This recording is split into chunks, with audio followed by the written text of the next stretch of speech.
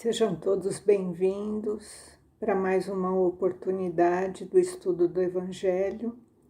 O meu nome é Valderez, faço parte da comunidade espírita Caminheiros do Amor, situada na Avenida Arnaldo Magnicaro, 1370, no bairro do Campo Grande, São Paulo.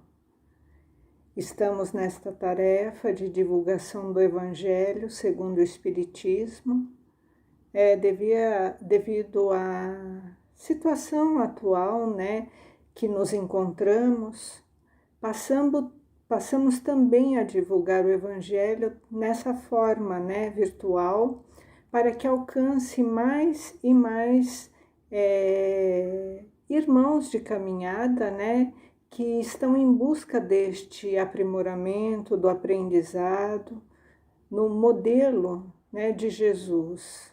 Esse modelo amoroso que Jesus nos deixou através do seu Evangelho, vamos agregando em nosso comportamento, as mudanças tão necessárias para que possamos evoluir e crescer espiritualmente.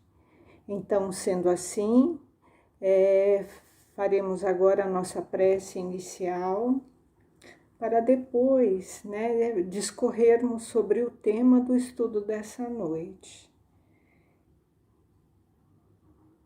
Elevemos os nossos pensamentos a Deus, a Jesus, aos benfeitores, que nos acompanham, que nos intuem. Convidamos a todos nesta harmonia para que eles possam nos inspirar nos estudos, nas reflexões. Convidamos este clima amoroso para dentro do nosso lar, para que se faça a calma, a paz, a fé, a esperança. E nesse sentimento amoroso possamos nos revigorar, encontrando o fortalecimento para os nossos desafios, para as nossas tarefas do nosso dia a dia. Que Jesus possa ser sempre esse farol a nos orientar, a nos iluminar, para que possamos ter sempre condição de tomar as decisões assertivas, baseadas sempre no amor, no perdão, na paciência, na tolerância, na resignação. O Evangelho é o nosso alimento espiritual. Devemos todos os dias nos conectar ao nosso Pai da vida e devemos ter por base sempre alimentar o nosso espírito com os bons pensamentos, com as preces, com as mensagens edificantes, pois assim teremos tudo o que precisamos para continuar firmes na nossa caminhada. Que assim seja, graças a Deus. E dando início no estudo, estamos no capítulo 10, o tema central desse capítulo é bem-aventurados aqueles que são misericordiosos, aqueles que perdoam, aqueles que se colocam sempre no lugar do outro, aqueles que são clementes, que não fazem julgamentos. Então, o tema central desse capítulo 10 vai falar sobre as bem-aventuranças daqueles que se compadecem com o próximo, que sempre estão se colocando no lugar do próximo. E a reflexão de hoje é o argueiro e a trave no olho. Os itens é o número 9 e o número 10. Então, primeiro vamos entender o que é esse argueiro, que ele fala. Argueiro é um cisco né? Uma pequena partícula, né? Muito pequena, é que muitas vezes pode incomodar a nossa vista, né? Às vezes cai um cisquinho no nosso olho e ele incomoda ali. E ele fala da trave. A trave, o que seria uma coisa muito maior, né? A trave, por exemplo, de um gol, é aquele poste que segura a rede, né? Então, ele fala de uma partícula pequena, né? Um cisco, e fala também de uma trave dentro do olho, que seria um poste dentro do olho, né? Então, aqui o chamamento, né, e a reflexão é bem forte, né, bem impactante, porque ele começa falando que nós somos dissimulados e que nós somos hipócritas, né, e que isso não é uma virtude de uma pessoa misericordiosa, né, você ser hipócrita e dissimulado, porque aqui é a exaltação do nosso orgulho, né? Então a reflexão ela é muito profunda, né, e vamos entender o que está sendo dito aqui, né, em São Mateus capítulo 7, versículos 3, 4 e 5, né, ele se encontra nessa reflexão do argueiro e a trave no olho. Então ele começa dizendo o seguinte: por que verdes um argueiro no olho do vosso irmão, vós que não vedes uma trave no vosso olho?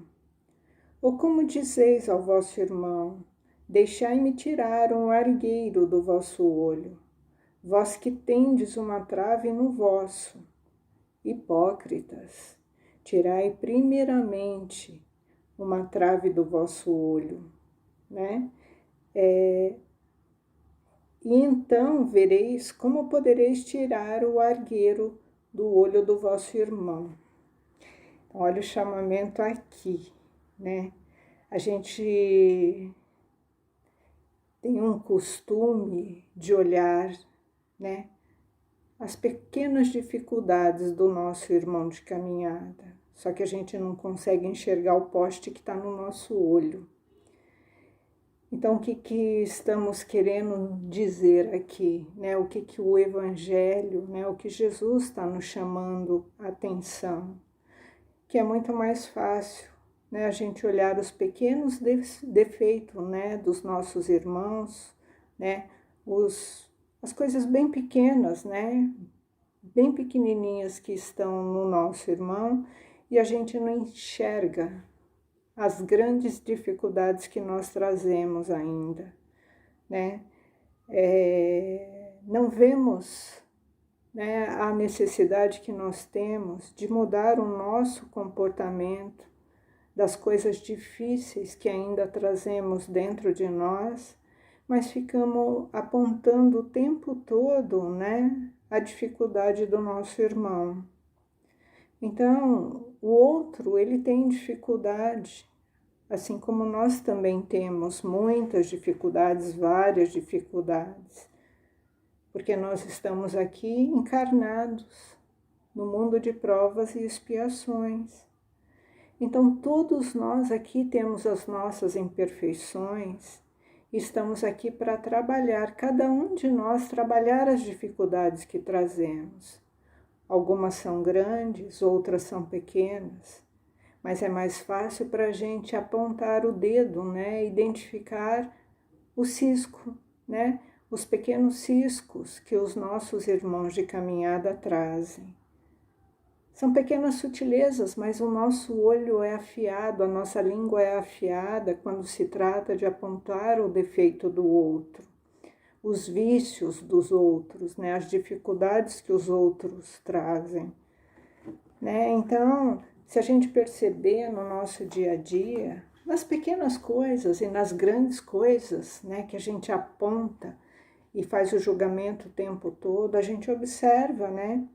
Ah, fulano não fala bom dia para o porteiro, né? Muitas vezes a gente faz esse tipo de colocação. Ah, o fulano passou na portaria e não cumprimentou o porteiro. E aí, como que está nós, né, a nossa conduta? a gente está vendo uma pequena falha no nosso irmão, mas aquele mesmo que está falando, né, que está observando isso, ele pode ter dentro dele uma questão muito forte de ciúme, de raiva, de ira, de ódio, de vingança, contra uma pessoa, um ente querido, alguém da família dele. Ou ele pode estar num processo de uma dificuldade de relacionamento com alguém, uma coisa mais difícil de trabalhar. Mas ele consegue enxergar no outro que o outro passou ali e não fez o cumprimento, para aquele trabalhador da portaria. Quer dizer, ele observa muito bem as falhas, os pequenos defeitos dos outros, mas ele não consegue identificar nele, o que ele tem que mudar. E poderíamos citar aqui várias coisas, Ah, fulano passou ali com o seu cãozinho, com o seu pet e não recolheu as fezes, E eu? Será que eu estou fazendo intriga no meu trabalho? Será que eu estou puxando o tapete de alguém? Mas eu não trabalho isso dentro de mim. Eu não observo dentro de mim as coisas que são uma trave, que é um poste dentro do meu olho, que são coisas muito intensas que eu tenho que trabalhar dentro de mim, mas eu fico gastando o meu tempo olhando sempre o outro. Porque falar da vida do outro, apontar o defeito do outro, não é um trabalho que eu tenho que fazer em mim, É um trabalho que ele tem que fazer. Então, isso tira de mim, momentaneamente, a condição que eu tenho de modificar os meus comportamentos. Ah, fulano jogou papel no chão, E eu? O que será que eu estou fazendo? Será que eu não sou ingrato com meu pai, com a minha mãe? E eu fico de olho no outro, se o outro jogou papel no chão, Eu fico ali confabulando, fazendo intriga, fazendo fofoca, que aquela pessoa fez isso, uma atitude dessa. Quer dizer, eu estou preocupado em denegrir ali, de apontar, de acusar o outro, mas eu não estou preocupado em me reconciliar, com meu pai, com a minha mãe. Eu trato eles de forma, ingrata, Ah, fulano não gosta de cachorro. A gente às vezes, se depara com uma situação dessa. Ah, fulano não gosta. Quer dizer, a gente faz uma inferência, ainda a gente nem sabe de uma situação, a gente aponta, Ah, fulano, A gente já deduz que devido a alguma circunstância, a pessoa apresentou ali um comportamento e a gente já dá um veredicto, Ah, fulano não gosta de bicho, não gosta de animal, não gosta de pet, E eu? Será que eu não tenho um comportamento de fazer fofoca, de fazer intriga, de fazer maledicência? A gente sempre está ali cuidando do outro, do comportamento do outro, o que o outro fez, o que o outro deixou de fazer. E a gente é incisivo, a nossa língua, ela tem um crivo, de maldade quando se aponta, a dificuldade do outro, E a gente faz isso nas grandes coisas e nas pequenas coisas, A gente sempre, para o outro, a gente tem sempre um olhar muito atento de como o outro poderia fazer, o que o outro deixou de fazer. E lembrando que o capítulo central desse tema é a misericórdia que temos que ter em relação às falhas do nosso irmão, porque nós também falhamos, nós também cometemos muitos delitos ainda, somos imperfeitos, somos pecadores. Estamos aqui, num esforço contínuo de aprender a fazer a coisa certa, Mas muitas vezes escorregamos, mas quando nós escorregamos, a gente quer misericórdia para conosco, nós encobrimos, Por isso que ele fala, Nós somos hipócritas e dissimulados, porque carregamos muitas dificuldades e ficamos pousando, de perfeitos, né? Eu faço tudo certo, olha, é o outro que está errando, olha o que o outro está fazendo, para que a gente possa desviar o olhar, né, da nossa condição de ter que fazer as mudanças em nós, porque nós governamos a nossa vida, os nossos comportamentos, né? Então somos nós os responsáveis pela mudança, né, pelo nosso crescimento e por essa reforma interior, a nossa reforma íntima. A gente não vai fazer a reforma íntima de ninguém, e ninguém vai fazer a nossa reforma íntima, somente nós. Então, como estamos aqui, né, no mundo de provas e expiações, todos nós estamos aqui para aprender. E ter misericórdia é não observar a falha do outro, né? Não ficar apontando o dedo na falha do outro. Eu tenho que observar as minhas falhas, né? O que eu estou fazendo, o que eu preciso reformar dentro de mim. É nisso que nós temos que nos ocupar, e não com o cisco no olho do nosso irmão, e sim com a trave, né, com os postes que ainda carregamos dentro de nós, dentro da nossa consciência, né? Cada um está no seu processo evolutivo, né, no seu processo de aprendizagem.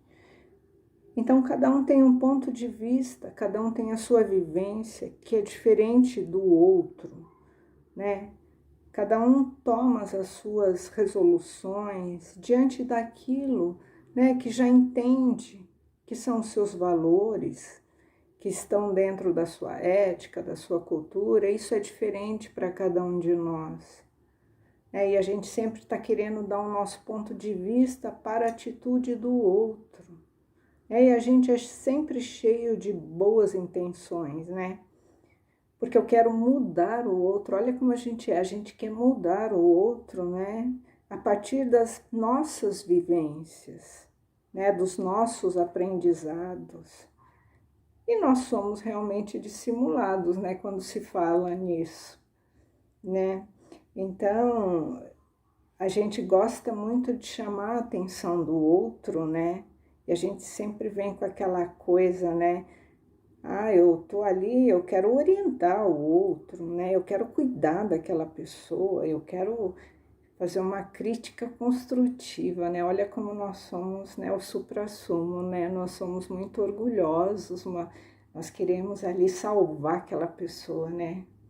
Queremos dar ali o nosso pitaco, né? Porque temos muitas experiências de sabedoria, né? Então, a nossa vivência, ela vai salvar o outro, né? A gente tem essa pretensão, né? E a gente é bem hipócrita quando a gente tem essa pretensão, porque nós somos ainda tão imperfeitos, né? Estamos ainda numa fase ainda na nossa infância espiritual.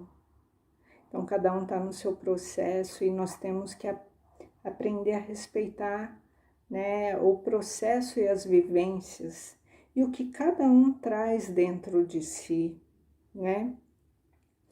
E a gente tem, né, esse objetivo de querer tirar o cisco do olho do outro, né? Como se eu estivesse ali fazendo uma caridade, né, algo de bom para ele, né? Por que a gente faz isso?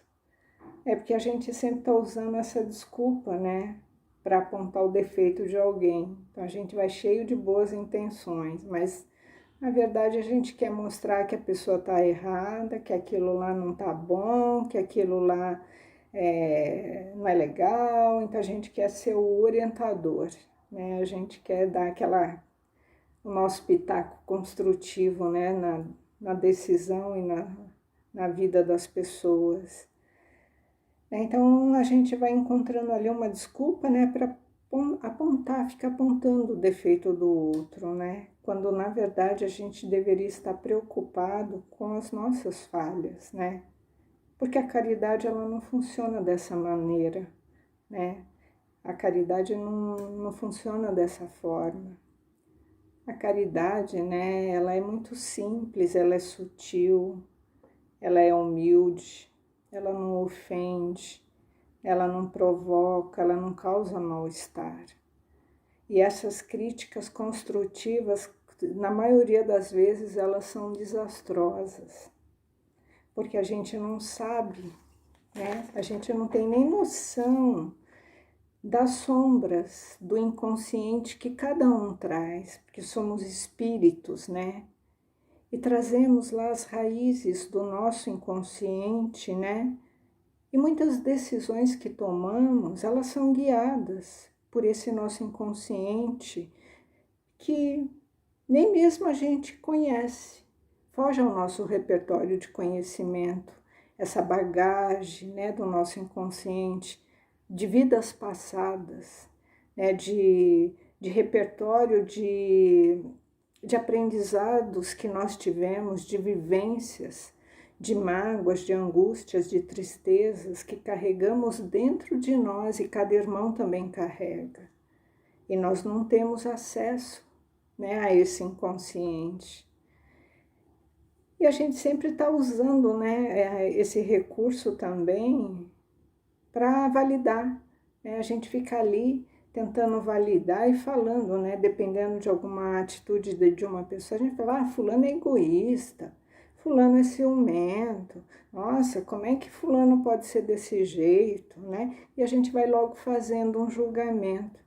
Mas a gente não sabe as marcas profundas que essa pessoa traz dentro do inconsciente dela. O que esse espírito já trouxe de vidas anteriores para tomar tal decisão ou agir de certa forma em detrimento de alguma situação que nós agiríamos talvez de outra maneira, porque as nossas experiências são diferentes, né? Então, cada espírito, ele traz as suas marcas, ele traz as suas cicatrizes, né?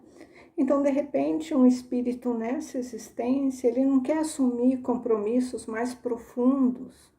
Então, eles levam talvez a vida assim um pouco mais light, porque já vieram de uma existência onde tiveram que assumir tantas responsabilidades, foram tolhidos em tantos desejos, em tantas vontades, e vêm numa existência com uma situação de não querer assumir compromissos. E está lá nós para julgarmos, né? O que cada um escolhe, porque que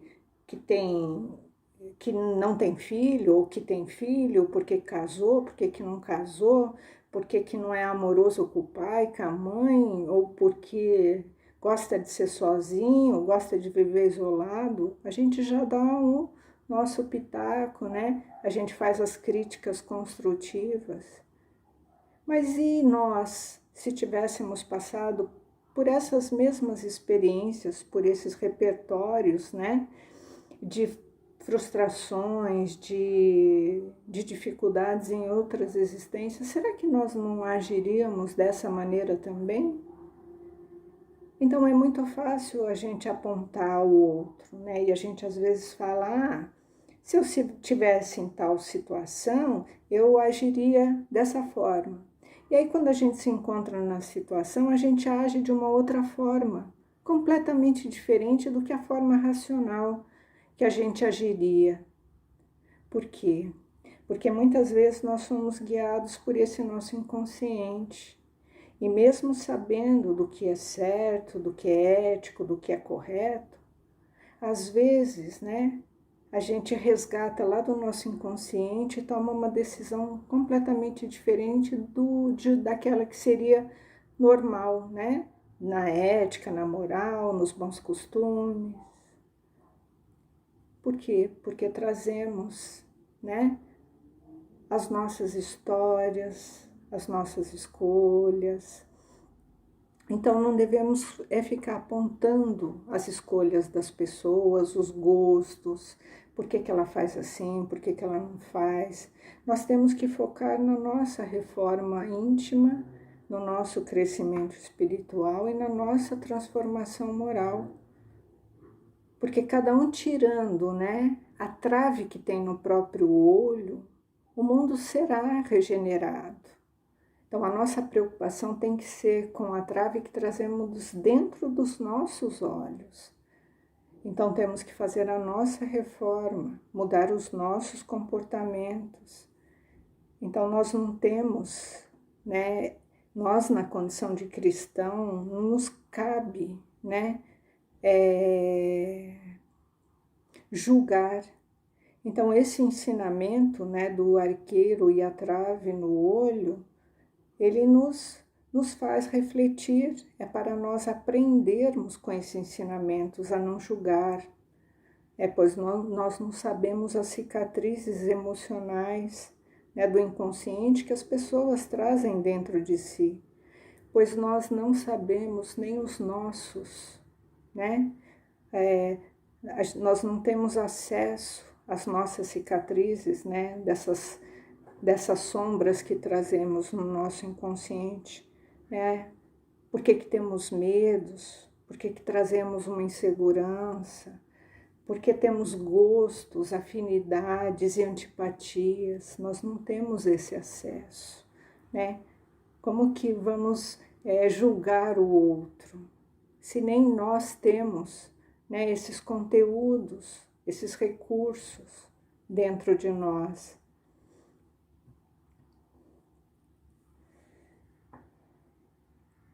Então temos que aprender com os ensinamentos de Jesus, né? Trabalhar dentro de nós, né? Esse amor, essa fraternidade, para que possamos ser cristãos, misericordiosos, né? E ele continua aqui, só para encerrar na explicação no item número 10, ele fala, né?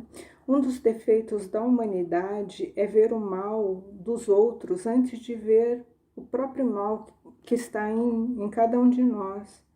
Para julgar-se a si mesmo, seria preciso poder olhar no espelho, transbordar-se de alguma sorte para fora de si e considerar como outra pessoa, perguntando-se: que pensaria se tivesse alguém fazendo o que eu faço?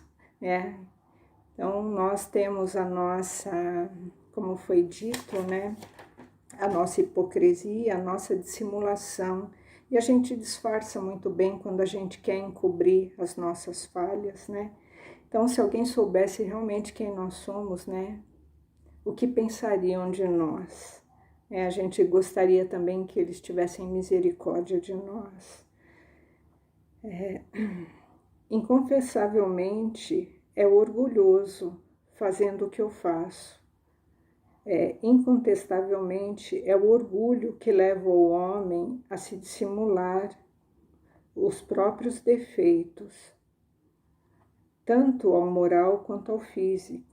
Este defeito é essencialmente contrário à caridade, porque a verdadeira caridade é modesta, ela é simples e ela é indulgente. Então, quando a gente fala assim da crítica construtiva, né? Então, essa crítica não tem nada a ver com a caridade, né? A verdadeira caridade. É com efeito um homem bastante vão para crer na importância da sua personalidade e na supremacia das suas qualidades. Quem somos nós para julgar alguém? Pode ter ao mesmo tempo bastante abnegação para fazer ressaltar em outro o bem que poderia ofuscá-lo, em lugar do mal que poderia realçá-lo. Se o orgulho é o pai de muitos vícios, é também a negação de muitas virtudes, encontrando-lo no fundo do móvel de quase todas as ações. Por isso, Jesus se dedicou a combatê-lo como o principal obstáculo do progresso. O orgulho. O orgulho nos impede, muitas vezes, na maioria das vezes, de fazer o bem. E nesse afã, de impedidos de fazer o bem, a gente acaba fazendo muito mal. Então, pensemos, sobre essa reflexão e vamos nos preocupar, vamos nos concentrar em olhar para nós, identificar dentro de nós tudo aquilo que ainda precisamos modificar. Já temos muito trabalho, muita ocupação com a nossa vida, Deixemos o nosso irmão no caminhar dele, no despertar dele, no momento dele. E através do nosso exemplo, da nossa boa conduta, caminhando sempre no bem, quem sabe, né, seremos um farol a iluminar aquele, né, que ainda encontra-se, né, com alguma dificuldade, né, na conduta, no comportamento. Mas cada um vai ter o seu momento, no seu despertar, e cuidemos, né, da nossa construção interior, da nossa reforma interior. Temos muito trabalho pela frente, né? A nossa jornada é longa, né? Nesse nosso aprimoramento. Gastemos o nosso tempo nessa construção, né? Desse nosso espírito caminhando, né? Para mundos mais felizes. Que assim seja, graças a Deus.